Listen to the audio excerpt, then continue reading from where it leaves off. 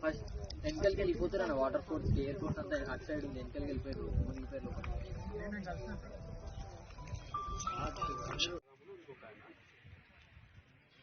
సందర్శన కోసమే వచ్చారు మొత్తం 7 వచ్చారు